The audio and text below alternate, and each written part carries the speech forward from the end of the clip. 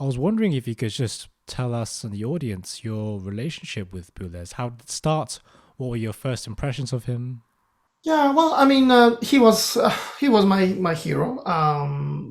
When I was studying composition, many people are, I'm sure, and yeah, he conducted a lot of pieces, important works, modern pieces. So therefore, you can go and listen to his recordings and his concerts when he was active, alive and active. And then I went to see him.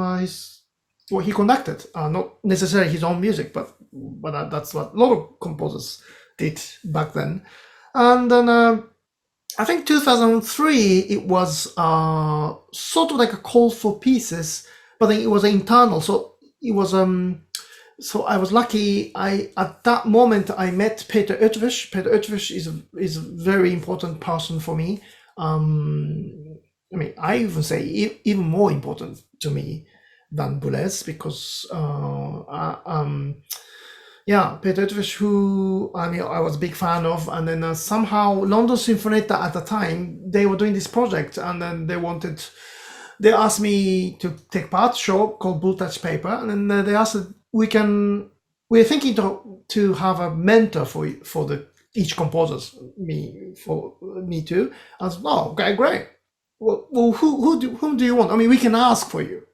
And that's all. Well, so I wanted somebody who I can never meet, right? Because I was a student, a Royal College music student. I said, well, what about Peter Oetvisch? And they just like, yeah, okay, we'll ask him for you, but I probably will no. I mean, right? Like, why would he say yes? I mean, he doesn't know me. Of course he doesn't. Right. But anyway, I find so weird. So they asked him for me, and he said yes. So wow! By the way, he said yes. Oh, okay. Oh, by the way, your next lesson. So that our first lesson is 10 months time from now. So of course, big star. And then I have 25 minutes. It's precisely 25 minutes. And okay, 25 minutes. So it's 10 months. It's a long time, but it's okay. I can wait. But immediately, 2 days later, I just got a very short email from Pet Oetvisch.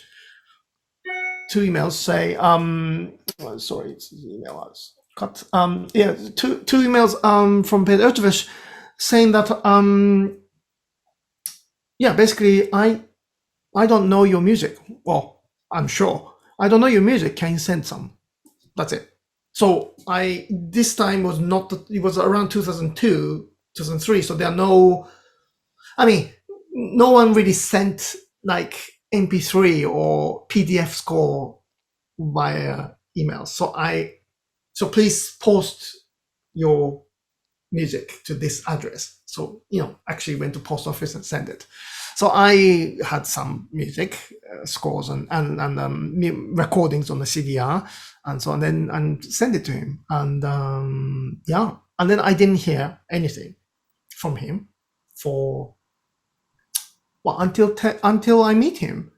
So, but then that's normal. Why would I hear from him, right? But from that moment onwards, I'm getting all sorts of weird emails from a lot of places like Ensemble Modern, Académie der Kunst in Berlin, Lucerne Festival, and I think it was a Klangforum Wien too. All those sorts of places. Basically, they said exactly the same thing. I don't know you, but Peter Oetvisch said we should know you. So can you send some music? Well, basically, they was like, who are you, basically? So, wow, because you can't, I don't know, these days maybe people go into Facebook or something to get in touch with these people. I don't know. But at that time, it was not such communication, and there's no social network. So if you don't know anybody, how do you get there? But anyway, he opened the door for me. So I just did exactly what they asked me to do. Please send us a score because we don't know you. It's okay. Score send. So everywhere I sent, it became some kind of project with me. That's great. And then one of them at Lucerne Festival, and they were looking for two young composers. They will be chosen by Boulez, and Boulez, the chosen composers, will be workshopped by Boulez a year before the world premiere. And based on that workshop, you can write orchestra music. They will commission premiered by Boulez. I mean, why not enter? So I entered, and then I was shortlisted. I remember I was shortlisted on so 2003. So 2005 was the world premiere. So 2003, 2 years before. So they will ask me, we will support you. I mean, pay you to come to visit Lucerne, and then can you, because Mr. Boulez wants to meet composers, finalist composers, and then he will decide. So okay, it's okay for me not to be chosen. I mean, if I get to see him, I mean, like meet face to face, that's great, right? That's great. So that's great. It's fine. I mean, whatever that comes. So I went to Lucerne in 2003. Yeah, I remember there's a meeting point in his Lucerne Festival office, which is in the middle of town. It's a very small town, Lucerne, and then I was like 45 minutes early. I don't know what to do. I was just walking around and all this time, and I just couldn't walk anymore because it's just, I don't know. This is Swiss. People say it's punctual, so it's okay to be maybe a little early. I don't know. Is it okay to be like 20 minutes early? But let's go in anyway. It's a bit rude, 20 minutes early. So I went in there. So they were, oh, you're early. So I remember, I never forget that. So I walked in to their office. I walked in, and then I see that a room with a door a little bit open, and I can see him, Boulez, looking over my score. I can say, wow, that's Boulez. I've never seen that distance, because he's always on a stage, and I don't go back there and like fans or something. I don't do that. So you know what I mean? The distance is far. And then I was a student even now, but I can only afford cheapest tickets. So I'm like back on the Barbican, right? I'm like really like this, with Boulez. That's my Boulez distance. So it got really close. Yeah, small Boulez. Now it's like a 3D and everything. Well, it's 3D in a Barbican too. But so then so I walk past. I don't want to say anything. I just looking like really into my score, like reading details as if like he's making a hole with his eyes. I don't know. So I was walking, and then so obviously he must have heard my footstep. So he turned. So in the slit of the door, he sees me, and he just says, "Not yet." Not, like the way he stops the orchestra, not yet. So it's okay, no, I know it's I'm 20 minutes early, so I'll just wait there. So I was just waiting, and then there's some office people who are trying to make it easy, I guess. How are you? That kind of things. But I don't remember the conversation. I wasn't listening. Of course, I was too nervous. Yeah. So whatever. Yeah, fine. So then the time has come, which is completely on the dot. He just comes out. Now I'm ready, you say. And I said, you come in. And then I went on my own. So two of us, we just talking about the piece. And then, it was funny. He said, so I submitted the orchestra piece, most recent orchestra piece. And he said, you have heard this piece now. I heard that piece of my own now. What's your self-criticism? That was his first question. I said, oh, that's easy. I have so many. So I went from like page 1, bar 1 to a lot. And then halfway through, he just grabbed my hand and said, it's not that bad. It's not that bad. Because are you sure I can go on? I mean, I know it's still page 3, but I can go. I said, no, it's not that bad. So then we spoke, and then it was very nice talk. And I was thinking, well, I can tell this to my grandkids. not that I had a child then even, but I was thinking that. And then a few weeks later, I heard that I was one of the 2 selected composers, and then I get my music for the workshop. So a year after they did the workshop, but the workshop is also led by Boulez. That's crazy, right? It's not like assistant conductor or anything. He did. And then, wrote it's good, did that. He doesn't really say much. He didn't really say much of the advice or anything. All he said was, it's hilarious to me, or anyone who knows Boulez music a lot. He said, oh, here, perhaps, here, I mean, you can do something, I don't know, add trills or something. But it's hilarious because his music is often consists of trills. So, we can do some trills. But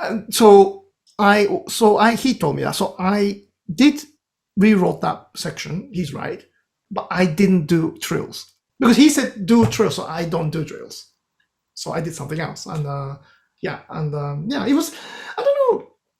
And then a year after he premiered, and then there's several years later he also conducted other pieces of mine, and there was a many encounter with him, not just the concert. I bumped into him many places, really many places. Sometimes I had a premiere and he was in front of me in the audience. How nerve-wracking stuff, but it was very nice, very, very nice. And I don't know, lots of sense of humor. And sometimes he will say that, oh, I received your letter. Sometimes I write a letter. He wrote me a letter too. So your sense of humor is great, or something like this. And yeah, it's way more, how can I say, humorous and how can I say, it's not at all, it's a very different, it's not the same image that a lot of people might have. Academic, right. I don't know, we didn't talk about anything like this, so way more casual. And casual, fast. The thinking is so fast. It's like hanging on to the fastest car or something, because it's very, very fast, and he will just go on, and yeah. So, but again, it's very funny, very, very, very, very generous, very, yeah. It's always the best word I would describe is cheeky. The kind of very cheeky, like a teenager, sort of like a sparkle in his eyes always. It's yeah, it's a very fond memory for me, and yeah, I mean, I don't know. People say he supported me, but I'm sure he did, but I don't really know in what capacity. It's not like I can ask. And also he helped many young composers, which is great. And yeah, so, but anyway, it was a great experience for me to meet somebody whom I saw his face, black and white, in a textbook. Now, not just very far in a Barbican Hall, it's in the very close, and now shake hands and everything. It's nice. It's yeah. But it's very funny that the one episode, if I may say so, I remember, because after this experience, so therefore I know him. So I think I can go back to stage to say hello, let's say. It was in Barbican. It was a bar talk, a Bluebeard Castle. Yes, that's what he conducted. Yeah, the concert version. So he did that in Barbican with the singers, of course, the orchestra. And because I don't want to queue for, there's a lot of music business people there. Yeah. And I don't want to do this. So I just ran to the back of the backstage. When he stopped his conductor, he finished the piece. And then, the people stopped clapping. And then I ran to the backstage. So he was still, when I arrived there, he was still on stage, taking bow, even though hasn't come back yet. Yeah. Right. So anyway, so I just managed to go in because I could be on the list. So I just go in. I just standing there because who am I? Nothing. So I was just standing there on the side in the backstage, and people clapping, and then singers with dresses, and they just coming in and talking like, "Oh, it went well," blah blah blah stuff. And then Boulez was just coming in for the first time. And then there's an audience going crazy, clapping, and then and then he just yes, and he just looked at me, oh, Dai. It's like he just came to me. He was really talking, as in not like how are you, blah blah blah. He was talking immediately. He remembered 6 months ago I met him. I was going somewhere to have my concert or something, my piece. And he was, how was that? I remember he would say, how was Donna Michigan? Or sometimes he said, how was Japan? How that kind of. You remember, how was that? But it's in the middle of an entire Barbican. I'm sure the stuff, who the hell is that guy? I mean, who is he? I mean, the concert is not finished. So going on and on. And then, the audience are clapping and singers are waiting what to do. And then he just immediately to the singers, oh, you go. And the singers went there on stage without Boulez. And Boulez is talking to me in the conversation, not like a blah, blah conversation. Like, oh, how was it? Who conducted that? And, oh, which orchestra? Blah, blah, blah. Oh, that was good. Blah, blah, blah. And then there's a real conversation going on. And then the singers took bow several times and came back. Yeah. And now he really need to go. So the stage manager, I think, says, Maestro, you really have to go. And they say, oh, well, so apparently I have to go. So, okay, please. So they went. It's strange, right? Oh. This concentration. But I wasn't there to say, hi, I'm here. Not at all, because the concert is not finished. I was at the the Barbican is long, so there's a backstage door. I just opened the stage. I was just standing there, like as if I'm a guard or something, like a staff of the hall, right? He just look at Dai. Just right, he came. So I made him walk to me, and then he's really engaged conversation as if there's no one there, no one is around us. I'm just talking really in details. So almost as if he didn't do a concert at all. He just came. No, it's just that's another thing that I have noticed, that he, every time I see him, this is my own impression, he conducts and then the performance is finished, and I think for him it's done. It doesn't seem so much interested in like bowing and how beautiful he was, blah blah blah. I can see in his face now because I knew him. It's like he did his amazing performance, and then that's just, his mind is next. It's just so it's quite often I saw him in Europe, audience, they are standing ovation and everything, but he just take the orchestra back like a second bow. Second is enough. But you know how it is, people just go on like 10 times, right? Yeah, and then it's applause. It's just like, it's enough. It's like orchestras, we are standing there thinking, oh okay. That was like 3 minutes. But I find that really, really admirable, that even after a concert, when your mind is all over the place, conducting, out of all these things, you think about so much, and then at backstage, and you see your friend, you give all your attention to your friend. I find that really, really admirable. Really, really. How was, and the first thing, Dai, how was the narration, and how was your trombone concerto? How was that?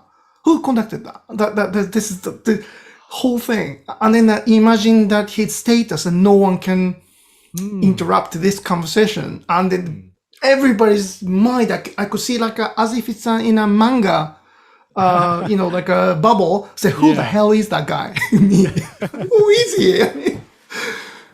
I felt, I don't know, I should have done that or not, but it's very, even in the general rehearsal, in general rehearsal, I'll observe, because I love going to general rehearsal because I learn a lot. And as I said before, I can never afford this kind of very expensive seat or anything. So in general rehearsal, I can sit anywhere. So I learn, and so I'm just there. And then sometimes from the stage, after the general rehearsal, Boulez said, Mr. Fujikura. Sometimes he has a joke. He say, Dai, and then we just said hi. I said, come back to backstage. And then sometimes sometimes he said in his room, in his conducting dress room, which is funny. His dress room has nothing. As in, there's nothing. Quite often big star ask for many things, right? Yeah, sure. It's nothing. And then he said, you sit there. It was okay. I said, I don't know. I just want to say hi. That was it. There's no, I don't have anything to discuss in this case. But he's there, and then we just discuss. And in the meantime, a lot of people comes in, including for example, including like Pierre Boulez, whom also I know, who's going to play the piano concerto. Yes. He's a soloist tonight's concert. So he wants to discuss about tempos, of course. But I'm there for some reason because I was there before. So I was going to say, okay, I'm going to go. Of course, I don't want to interrupt. Because no, don't go. So, okay, I just sit there right next to Pierre Boulez, talking about second movement. I'm just observing. It's amazing for me to look with how these two to discuss. I'm like nodding. And then after the done, so okay, so now it's going to be, so we'll do that, he would say to Pierre Boulez. And Pierre Boulez, he's very nice. He looking because I'm sorry, I'm interrupted. He said, "So no, I'm not interrupted. I'm interrupting you." So I don't know why I'm here. It's a very strange. And in the meantime, there's like a leader of the orchestra saying hello, and of course, that kind of stuff. But I'm just there, don't know what I should. So it's very interesting. It's amazing. Yeah, but he will ask. Like a genuine interest. What I do, and I'm doing. What am I writing next to? Who did you work with last like as I said, normal conversation, Sure. but with a lot more attention. I think Yes. very concentrated attention, Yes. Oh, which is could be overwhelming. I mean, how did that make you feel that he gave you so much attention and so much time? No, it's nice. I don't know. It's a very strange for me to say. Who am I to say? I know that, but sometimes that when you meet somebody, a friend or whatever, whoever, that you meet somebody that you sometimes. I know it's very, very arrogant of me to say, but I don't know how other way to explain. But I definitely can say that him and I, when we spoke, whatever, like this, he's a public person, and I can see, even then, I can see it's a real click. It's not that politeness or anything, but it's really we sort of, I don't know. It was to be honest, the rehearsing with him and stuff is really easy. Funny enough, easiest person to rehearse is with him, I would say. And a lot of people I remember people around me was surprised the way I not behaved. I guess in the rehearsal I behaved fine, but because I asked for many things in rehearsal. I asked him, well, they're not together. Can you make it together? That sounds out of pitch to me. Blah blah. That sort of thing. It was fine. I mean, a lot of people said that the young composers with him didn't really say much, but I said a lot of things. And but I remember that I told him. I asked him, I'm sorry, I asked you many things. And he said, no, I like correcting mistakes, he said.